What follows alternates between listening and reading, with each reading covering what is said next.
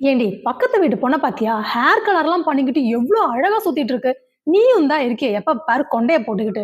வயசு பொண்ணாட்டம் அழகா hair colour பண்ணிக்கிட்டு, ஹேர் கட் பண்ணிக்கிட்டு எவ்ளோ கியூட்டா இருக்காங்க அந்த பசங்கலாம். நீயும் தான் இருக்கியே எரும மாடு மாதிரி.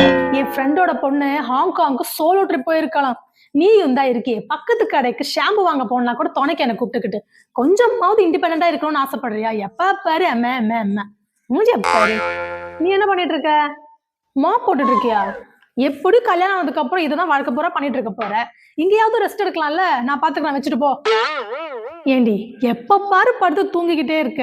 ஃப்ரெண்ட்ஸோட எங்கேயாவது வெளிய போலாம். கொஞ்சம் காத்து வாக்குல நடந்து, பேசி, சிரிச்சு வரும்போது கொஞ்சமாவது ரிலாக்ஸா இருக்கும்ல. எப்ப பாரு தூங்கு மூஞ்சியோட தூங்கிக்கிட்டே இருக்க. ச்சே! இங்க பாரு அம்மா சொந்தக்காரங்க வீட்டு கல்யாணத்துக்கு போறேன். வர்றதுக்கு சாயங்காலம் ஆகும். ஏதாவது சமைக்கிறேன்ற பேர்ல கிச்சன்ல போய் ஏதாவது உருட்டிக்கிட்டு கைய கால சுட்டுட்டு இருக்காத. ஏதாவது வேணும் பசிக்குதுன்னா ஸ்விக்கில ஆர்டர் பண்ணி சாப்பிடு. அம்மா டேபிள் மேல காசு வச்சிருக்கேன் எடுத்துக்கோ.